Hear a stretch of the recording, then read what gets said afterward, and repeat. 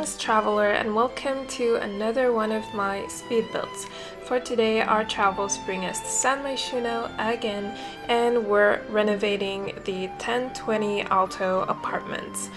I feel like half of my speed builds are here in San Myshuno and I totally blame that on the apartments because I sometimes don't feel like doing a whole build. I just want to do the interior, so apartments are perfect for that. And I don't like the apartments in Evergreen Harbor because they all have short walls and I hate furnishing a house with short walls, so I definitely prefer medium or tall walls. And the idea behind this apartment is that Felix Andre recently made his Paris, Kyoto, and Florence sets free, so I wanted to make something with those three sets as the main focus.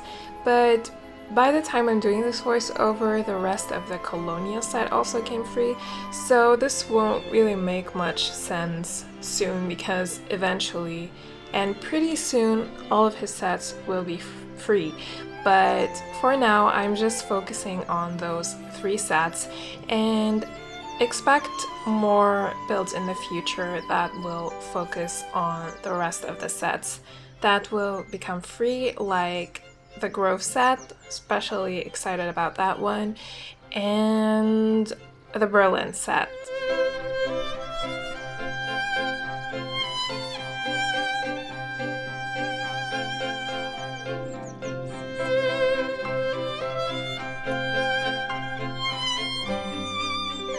So the name of this apartment, which is the Pareto Suite, comes from mixing Paris, Florence, and Kyoto together, which I don't know if it's considered stupid or creative.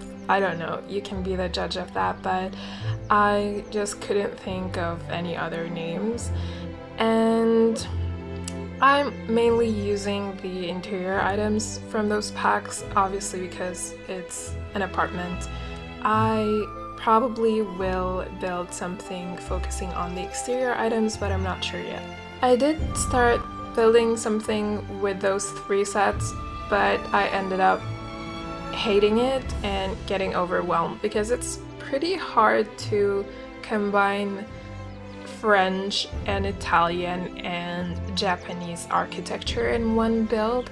I don't think that it worked out, so I will probably build something just focusing on one or two of the sets for the exterior, and that would probably work out better. I just feel like it's easier to mix styles for interior design rather than exterior design.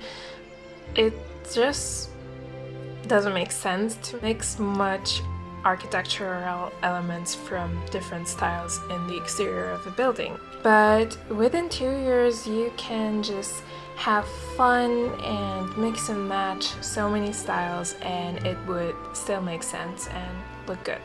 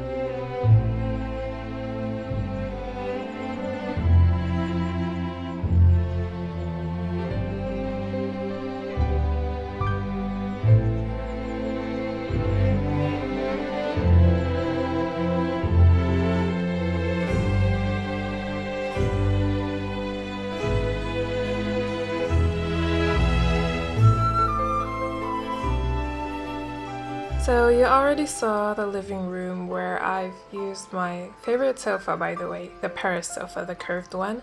I love that sofa. And now we're in the kitchen. I mainly used the Florence and Kyoto counters for this, mixed with the Paris cabinets, which are also some of my favorites.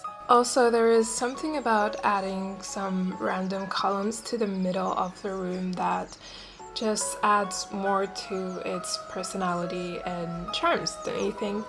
These columns are, I think, base game, but I absolutely love them.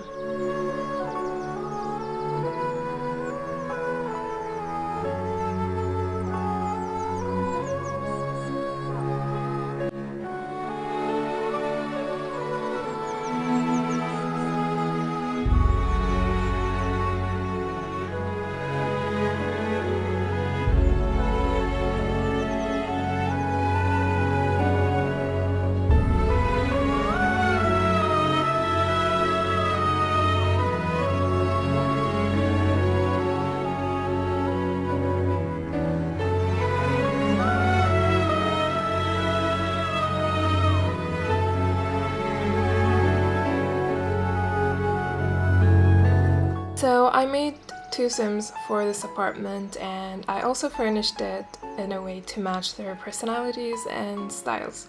So this is actually originally Diego Lobo's apartment, and he still is here. I kept him, but I gave him a makeover. And he also had a cat with him for some reason. I don't remember seeing a cat in his household before, but maybe this is something that happens with the new updates. But I don't do any gameplay, so I wouldn't know. But I decided to keep that cat, and I also gave him a roommate, and the cat is for his roommate. So I imagined him being a writer here, and he has this like chaotic personality. So this is his room, the chaotic writer that is creative but in a very unorganized way. So there is an element of randomness in this room, like for example there is a bar and the bed is placed in a pretty random angle and place, and there is also a pretty huge pile of books behind the bed.